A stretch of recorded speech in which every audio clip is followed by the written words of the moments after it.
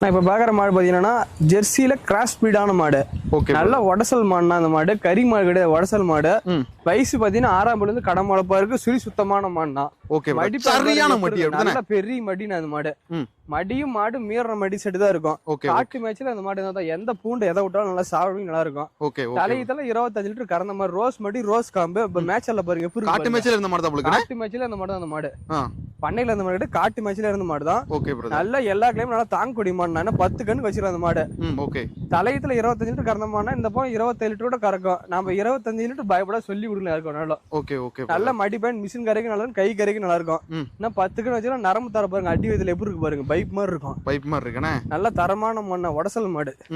Pure ரத்த சேவல ஃபேட்டஸ்னா பயப்பட தேவையில்ல. பண்ணைக்கு பெஸ்டா இருக்கும் அந்த மாடு. பண்ணைக்குலாம் ரொம்ப சூப்பரா இருக்கும். காட்டு மேட்ச்ல நல்லா இருக்கும், பண்ணைக்கு நல்லா இருக்கும். பூண்டெல்லாம் எதை விட்டாலும் நல்லா சாப்பிடும். காட்டு மேட்ச்ல அந்த மாடு இருந்த மாடு தான். ஒன்றும் பயப்பட தேவையில்ல. மேட்ச்ல எப்படி இருக்கு பாருங்க. காட்டு மேட்ச்ல உங்க மாடு காட்டு மேட்ச் இந்த மாதிரி ஹெவி சைஸ் மாடு இந்த மாதிரி மேயணும் மாடு. அப்பதான் மேய் நல்லா இருக்கும், நல்லா கறக்கும்.